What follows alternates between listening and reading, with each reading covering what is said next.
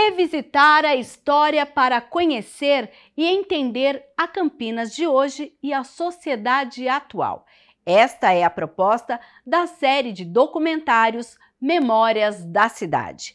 Neste primeiro, a TV Câmara Campinas apresenta a Lei Orgânica do município, prevista na Constituição Federal de 1988, instituída em 1990. Estabelecer as normas básicas gerais para facilitar o funcionamento da administração e dos poderes municipais. Determinar as atribuições do prefeito, dos vereadores e das políticas públicas nas áreas da educação, saúde, meio ambiente, entre outras, sempre respeitando a Constituição Federal e Estadual. Esta é a Lei Orgânica dos Municípios, que passou a ter um papel importante a partir da Constituição Federal. E falando ao Brasil, declaro promulgada o documento da liberdade, da dignidade, da democracia, da justiça social do Brasil. Que Deus nos ajude que isto se cumpra. Até 1988, se falava em entes federativos que compreendia a União, os estados, os territórios, o Distrito Federal, mas não se falava em município. O município era parte do estado. E em 1988, tivemos a mudança que o município ganhou autonomia e se tornou um ente federado. E a partir daí, então, com essa autonomia, ele pôde, então, tratar de matérias, competências e lidar com questões locais com uma maior liberdade que ele não tinha antes. No momento que ela estrutura o Estado, ela também vai distribuir as funções, competências, os órgãos e como que vão ser, então, distribuídas as atividades de cada um. Para o caso dos municípios, temos lá, inclusive no artigo 29 da Constituição de 88, qual é a matéria e o conteúdo que deve constar na chamada Lei Orgânica do município, que é considerada a lei maior aqui do município. E lá, então, nesse artigo 29, a gente tem que deve ter obediência à Constituição Federal, principalmente, também se atentar às peculiaridades da Constituição Estadual, mas tratar de matérias que são exclusivas, próprias da competência do município, como, por exemplo, a organização da Câmara dos Vereadores, a quantidade de vereadores, também da atuação do prefeito, também o subsídio, o pagamento desses membros do Poder Legislativo e do Poder Executivo, dentre outras várias matérias que têm interesse local. No Brasil, a Constituição de 1988 é a 7ª desde a independência do país e a 6ª, se considerado apenas o período do Brasil República. Esta última com a premissa da valorização dos direitos fundamentais. Declaro manter, defender, cumprir a Constituição, observar as leis, promover o bem geral do povo brasileiro, sustentar a união, a integridade e a independência do Brasil. Trazendo enormes mudanças aí para a organização do Estado e, sobretudo, tendo uma revalorização, uma ressignificação dos direitos fundamentais, e essa valorização do ser humano é muito maior do que simplesmente uma mera organização do Estado. Com a nova ordem, foi o tempo de cada município pensar em estabelecer um conjunto de regras. No momento que se tornou ente federado e ganharam novas competências, nova forma de atuação, os municípios tiveram que se atualizar o quanto antes. Então, no caso de Campinas, já em 89, no ano seguinte, já teve essa reunião para poder criar essa nova lei orgânica, atendendo essas novas necessidades, porque senão o município ficaria, digamos, para trás, desatualizado com a Constituição, o que poderia acarretar em muitos outros problemas jurídicos, de não atendimento daquilo que a Constituição Federal exige que seja feito de cada um dos municípios.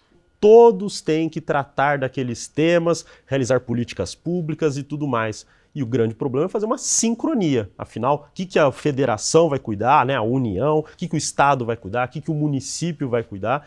Porque, afinal, embora a gente fale de competências nacionais, regionais e locais, muitas situações se misturam. Então, aí precisa de um esforço mesmo daqueles entes políticos, os prefeitos, as casas legislativas, para tratar de maneira síncrona para poder atender a população nas suas necessidades.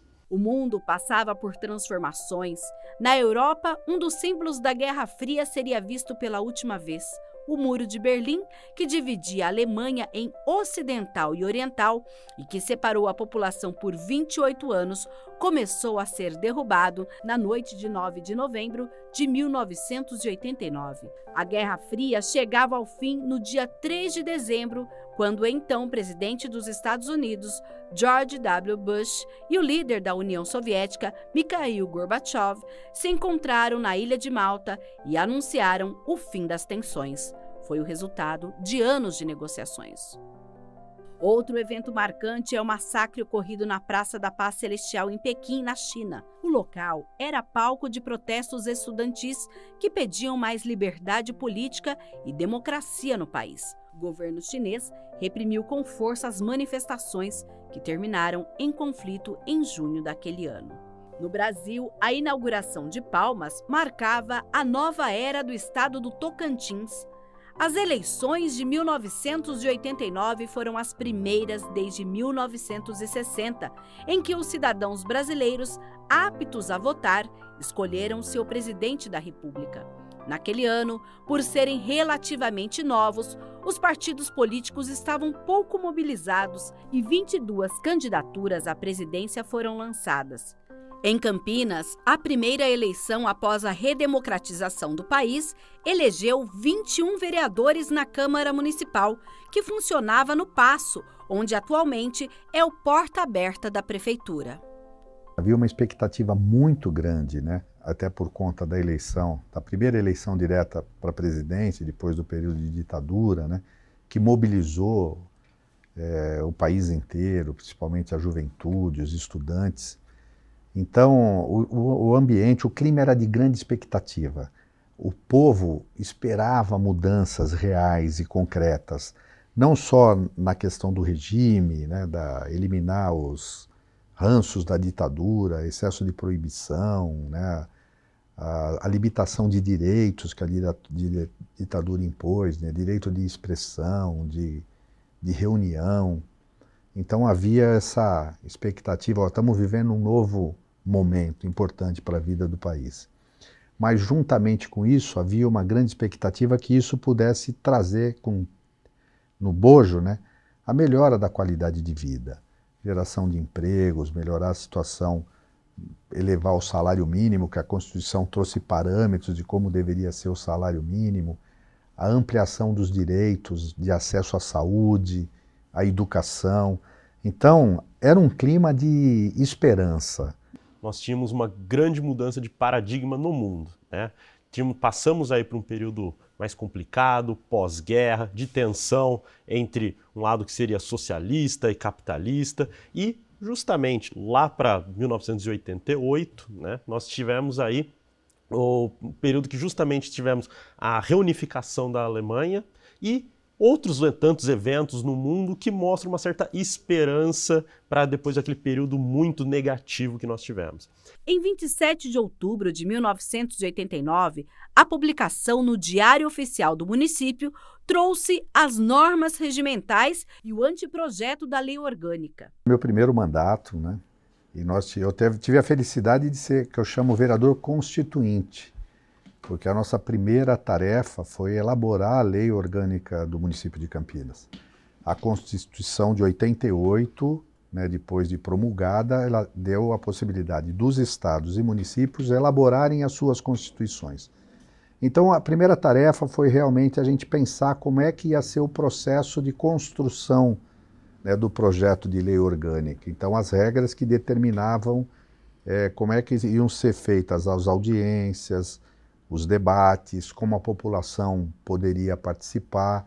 Havia um clamor pela participação popular, naquela mudança, né, do modelo do regime democrático, abertura democrática do país, com a nova Constituição.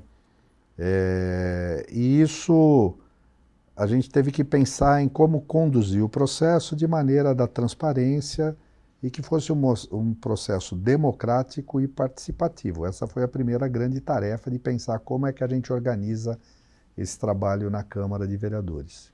Na época você tinha uma condição orçamentária que era o seguinte: ou você tinha um orçamento dimensionado ou subdimensionado. Você tinha uma inflação galopante. Então, era comum que, na época, quando se chegava na peça orçamentária, as suplementações. O executivo pedia, não, precisa de uma suplementação de 20%, 30%. Na realidade, hoje, isso é inaceitável. Então, para que se entendesse o que era essa situação, era necessário que se criasse uma linguagem didática para que o cidadão entendesse o que era a lei orgânica. Como se diz, é a Constituição Municipal, Constituição Federal, Estadual e Municipal. A sociedade civil organizada foi convidada a participar e a população teve 30 dias para apresentar propostas, formada também a Câmara Constituinte. Grupos de trabalho formados por vereadores debatiam cada proposta que chegava por parte do povo de Campinas. Em cada folha, o arquivo guarda o encaminhamento dado a cada ideia, que após ser datilografada, recebia um número, além da assinatura do vereador das comissões. Com participação ativa, o Núcleo de Estudos Constitucionais da Unicamp teve papel na formatação das emendas. E eu tinha assessorado a Constituinte Federal e a Estadual, na parte de município, né? Na época eu estava como diretora técnica do CEPAM, que era um centro de estudos sobre administração municipal. E aí eu vim para a Unicamp, que havia um convênio da Unicamp com o CEPAM.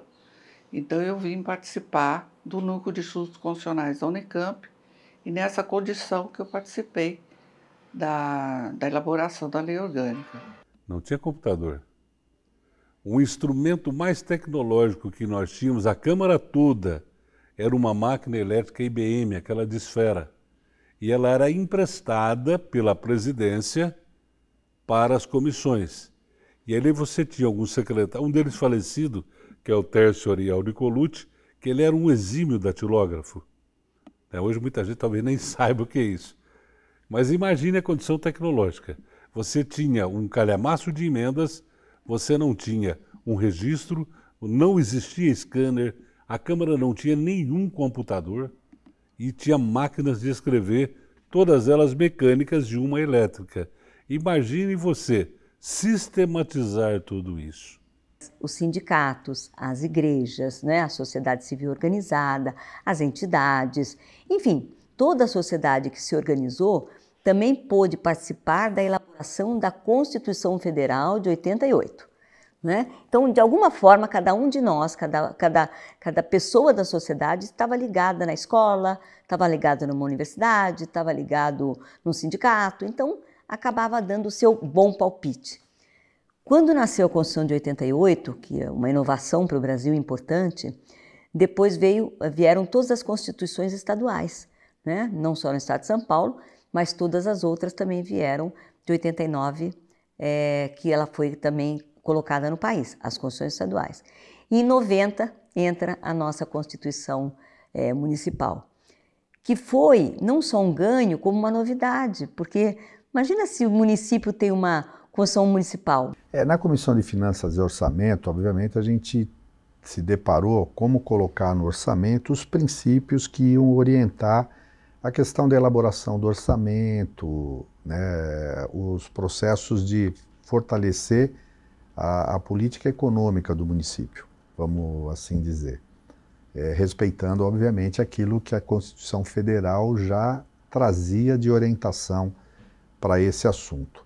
E depois, na época, a Câmara contratou uma consultoria que ajudou a elaborar uma proposta, uma minuta, né, de lei orgânica, para você ter algum ponto de partida. E a partir daquela minuta, então, foi-se aberta a consulta à população e também aos vereadores para apresentação de emendas. Assim, houve um número muito grande de propostas de emenda para alterar aquele texto inicial. Coube a essa comissão de sistematização recolher todas essas emendas, separar por capítulo, por tema, e a comissão tinha a responsabilidade de emitir parecer. favorável, contrário, ou às vezes até subemenda a emenda trazida, né? Aquelas que faziam sentido, que iam aprimorar o texto, então a comissão podia acolher, dando parecer favorável, até apresentar subemendas. Respeitando todos os temas, saúde, educação, transporte, segurança pública, administração pública, tudo. Todos os temas são importantes, você não diz esse aqui é mais importante. Mas quando você fala da grande maioria da sociedade, ela acaba chegando no social. O social, ele é exatamente o trabalho do dia a dia de uma sociedade, de uma comunidade, para garantir que todos estejam bem. Você garantir na legislação o direito dessas pessoas. Então você teve ali, identificou-se o primeiro embate, o técnico e o político. Correto. O político tinha as ideias, não, isso aqui nós vamos ser de vanguarda, nós vamos ser uma coisa que vai ser ad eterno. Aí chegava o técnico e falava, tudo bem, eu até acho legal, mas nós não temos estrutura e nós não temos dinheiro para isso. E fazer com que a população, que é o que realmente interessa, né, compreender do tipo de problema, o tipo de dificuldade que nós tínhamos para lidar com aquilo, ela precisava entender. Nós vamos ter uma peça de lei orgânica pronta, o uso dela, quando você vai, a eficácia, vamos dizer assim, porque a lei orgânica até então, ela tinha uma situação muito comum no legislativo. Tinha vigência, mas não tinha eficácia. Sim. Era uma lei que estava vigente e para aplicá-la, você tinha que criar uma série de situações, de ferramentas, inclusive humanas, que pudesse proporcionar a aplicabilidade da lei orgânica. A gente participava da reunião ampla, né? Assim, a gente participava quando fazia a reunião ampla de todos os integrantes e era feita num tipo de auditório, né? E a gente opinava, mas também eles mandavam para a gente opinar e a gente opinava se cabia ou não cabia. Minha análise sempre foi essa, cabe ou não cabe, né? Ao município legislar sobre isso. A atuação dos servidores públicos foi essencial para o andamento do processo. Cada pasta no arquivo público da Câmara contém as emendas à lei orgânica. Foram cerca de 1.400 que eram recebidas e separadas pelos funcionários da Casa de Leis por tema. 149 organizações, sendo sindicatos, associações de bairros, entidades de classes, universidades, entre outros, participaram com propostas. A gente ia para o plenário e ficava até umas 2, 3 horas da manhã discutindo, né? E eles analisando as emendas, inclusive deles e da população de fora, né? Da Ordem dos Advogados, conforme consta aqui nesse volume, Unicamp, entidades, a população apresentando emendas, né? A gente colocava em ordem, por ordem de número, e conforme eles iam discutindo, a gente separava e era colocado numa pasta, igual essa daqui, e seguia para a Procuradoria Jurídica, para ela emitir parecer quanto à legalidade, constitucionalidade, se era legal, se não era. Na verdade, a gente teve essa responsabilidade e eles precisavam, né? Cada grupo de vereadores estava cuidando de um assunto e eles precisavam da nossa ajuda como servidores da casa, e eles nos colocaram para secretariar, né? Cada 2 funcionários normalmente secretariava uma comissão composta por vários vereadores. A população toda podia participar das propostas, das sugestões, do que eles gostariam de que constasse na lei orgânica do município.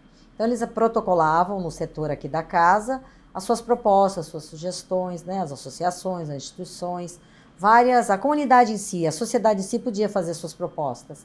Então, esse grupo de vereadores analisava aquela proposta, se ela era válida, se podia ter um aproveitamento, e fazia a seleção do que iria ser utilizado ou não, para que ela constasse na proposta, né, no projeto da proposta de lei orgânica no município. Preparar o material para que na hora que fosse elaborar o projeto, a gente apresentasse esse material que eles haviam decidido.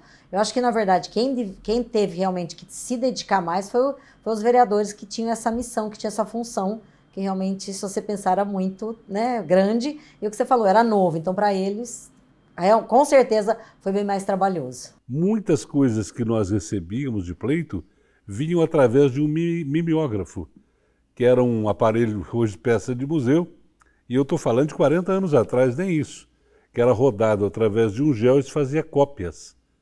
O parlamento inteiro tinha uma máquina de fotocópia, e era caríssimo. Então, imagine você equalizar, sistematizar, organizar e dar andamento em uma situação como essa em 1989. O vereador não tinha assessor. Eram 20 horas de trabalho, 18 horas de trabalho sem exagero, entre ouvir a população, entre leituras, entre entender mais a legislação, entre ver os direitos que o povo queria que constasse lá dentro. Eu tinha na época um filho de quase 3 anos, 2 anos e pouco, era um bebê crescido. Então, quando eu estava em casa, eu estava lendo as emendas. E ele querendo mamar, querendo brincar. Coisa de mãe e filho, que isso acontece em todas as casas. E quando eu estava na Câmara, eu tinha que prestar atenção em tudo que eu estava vendo, mas eu estava pensando no Rodrigo, né? Como é que ele está em casa. Não tinha isso aqui, não. A gente não falava com as pessoas, não tinha FaceTime, não tinha nada. E era um drama no sentido... Isso até hoje, né? A mulher passa por muito disso, né? Está trabalhando, está pensando no filho, está com o filho, está pensando no trabalho. Essa quantidade de emendas, muitas de iniciativa popular, demonstrava um pouco esse desejo, né, da sociedade participar da vida do país e da vida do município. Já que uma das inovações da Constituição de 88 foi determinar que nós somos uma democracia representativa e participativa. Representativa porque nós temos o direito de escolher os nossos representantes nos vários níveis, nas várias funções, para cuidar das questões de interesse da nação, do Estado e do município. Mas também criou mecanismos de participação, ou seja, criou instrumentos para que a sociedade pudesse também participar da vida do país, ajudando inclusive na elaboração de leis. E a primeira experiência era ajudar na elaboração da lei orgânica do município. A maior dificuldade que eu tinha e que nós técnicos tínhamos era exatamente tirar aquela impressão de que a nossa opinião tinha a ver com interesses que não eram técnicos, né? Porque a população imaginava primeira lei orgânica e tal, então tinha aquela imaginação. Ao final, 3 votações definiram a Constituição Municipal, atos que estão anotados em registros de taquigrafia na Câmara Municipal. O primeiro turno de votação aconteceu em 21 de fevereiro de 1990. O segundo, em 12 de março daquele ano. E o texto definitivo foi aprovado em 26 de março de 1990. No país, o primeiro presidente eleito diretamente após a redemocratização do Brasil tomou posse em 15 de março de 1990. A promulgação da Lei Orgânica do município ocorreu em sessão solene no dia 30 de março de 1990, em uma cerimônia que reuniu o então prefeito Jacob Ittar, o presidente da Câmara da época, Alcides Mamizuca, vereadores, autoridades, em um evento que foi aberto a toda a sociedade no passo do Palácio dos Jequitibás, a sede da Prefeitura Municipal. A nova lei que passou a reger Campinas foi noticiada nos jornais da cidade e com registros fotográficos. Foi fantástico, exigiu bastante, mas eu fico feliz e orgulhoso de ter podido participar daquele momento da história da vida de Campinas e da Câmara Municipal de Campinas. Muitas emendas foram rejeitadas e outras já mostravam o rumo que a cidade teria. A emenda que acabou se tornando um artigo do capítulo das disposições transitórias que obrigava o município de Campinas a prever recursos para tratamento de 100% do seu esgoto. E estabelecia um prazo, 10 anos a contar da promulgação da lei orgânica. Na época, Campinas tratava 3% do seu esgoto. A partir desse dispositivo da lei orgânica, o promotor do meio ambiente, na época, Dr. Albejante, entrou com uma ação contra a prefeitura e a Sanasa, obrigando o cumprimento da lei. Porque se estava na lei orgânica, devia estar sendo cumprido. E em 99, Campinas tratava cerca de 5% do esgoto. por conta dessa ação. Isso obrigou o então prefeito Francisco Amaral, junto com a Sanasa, a apresentar um termo de ajuste de conduta que foi assinado junto com o Ministério Público do Meio Ambiente, pedindo um prazo, porque as obras de saneamento não são de curto prazo. Aí prorrogou um plano de saneamento para a implantação das estações de tratamento de esgoto.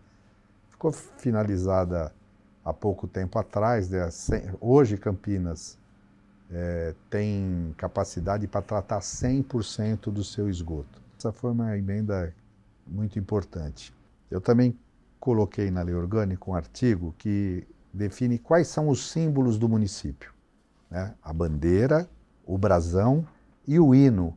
Campinas não tinha o hino, e a proposta era que o hino deveria ser instituído através de uma lei.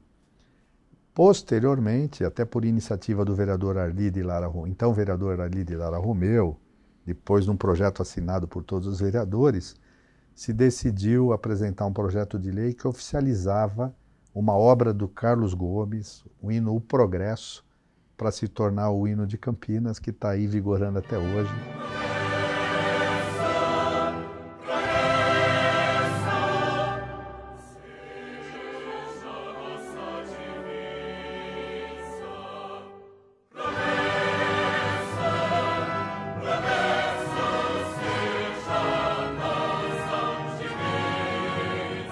Aí nós pensamos nessa guarda municipal, que tinha, obviamente, outras funções à época, né? E que hoje foi aumentando de forma gradativa e necessária a função da guarda municipal, que não é só cuidar do bem do próprio público, que tem que cuidar, até nós temos que cuidar, mas hoje ela faz um papel imprescindível. Esses direitos não eram garantidos na prática do dia a dia. Isso também entrou na Constituição Municipal. É gratificante, né? A vida é assim, se você não virar a página, você não continua construindo a sua história. E no Brasil é muito complicado. A Constituição americana data de 230 anos, são 5 folhas. Ao longo desses 230 anos foram 27 emendas. Ela continua com os mesmos artigos.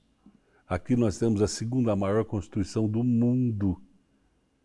Em alguns anos, eu me lembro tive o privilégio de estar com o ex-presidente Fernando Henrique em 2003, e eu disse a ele, professor, a questão da Constituição, ele me disse, Tadeu, a Constituição brasileira, ela foi rasgada. Cada parlamentar que assume tem uma ideia brilhante e coloca uma emenda constitucional. Por que estou me referindo à Constituição? Porque a lei orgânica não é diferente. Foi gratificante, né? Então foram muitas discussões, cansaço, a gente já estava acostumado a ficar até de madrugada, varava à noite às vezes. E aí a gente já nem sentia assim. E eu ter podido participar fisicamente, diretamente, espiritualmente, mentalmente, e cheia de amor e coração, é algo que fica para a vida toda, não é? Nós fizemos parte, obviamente na proporção devida do tempo e da cidade, da construção também de uma história para que as pessoas pudessem e possam viver melhor com seus direitos garantidos e principalmente esses segmentos que eu chamei de minorias e que hoje é a grande maioria da população. Se a gente pega a bandeira do Brasil hoje, em qualquer tempo, no meio da bandeira do Brasil está lá, ordem e progresso. Se a gente acentuar a letrinha E e ficar ordem é progresso. E legislação é ordem, e ordem é progresso. Então a lei orgânica foi um progresso, não só para 1988, que se começava a falar do assunto, 89, que se trabalhou muito forte, e 90 em março, como você lembrou, quando a lei foi promulgada. Isso me fez muito feliz, porque eu sou basicamente uma técnica, entendeu? Uma técnica do direito. A sociedade evolui, né? As necessidades da sociedade mudam, o avanço da tecnologia impõe mudança de hábitos, costumes e traz ferramentas que às vezes auxiliam no processo de gestão e influencia, afeta a vida de todo mundo, né? Algumas adequações à lei orgânica, elas vão surgindo na medida que você vai entendendo a necessidade disso. Por exemplo, quando a gente alterou aqui a lei orgânica prevendo a emenda impositiva, né? Que também é no capítulo da ordem econômica, que trata do orçamento do município, mas que prevê a possibilidade do vereador apresentar emenda ao orçamento, atendendo demandas de setores, segmentos da população. Essa é uma inovação, né, que ela surgiu também agora que a Câmara está madura, a nossa própria lei orgânica ela já está testada, e a gente percebe que aquilo que foi pensado, discutido, debatido lá atrás ainda é muito atual, né? Então, apesar desses 33 anos, a gente consegue hoje, com 99%, né, já tem as diretrizes necessárias para o desenvolvimento do município. Para todo ente federativo, para a União, para os estados, a gente tem lá a Constituição Federal e a Constituição Estadual para o estado. E a gente pensa, por que não Constituição Municipal para o município ser um ente federativo? E a gente tem esse motivo, na verdade, que é muito mais de tradição. Porque como o município, até 1988, não era um ente federativo autônomo, não poderia falar que ele tinha uma Constituição Municipal, e se deu o nome de Lei Orgânica. Agora, como se manteve essa tradição de tantos anos de Constituição, tantos anos de Brasil, falou, para que mudar o nome para Constituição Municipal? Vamos manter como Lei Orgânica, mas, vamos dizer assim, informalmente, a gente pode dizer que a Lei Orgânica é a Constituição Municipal.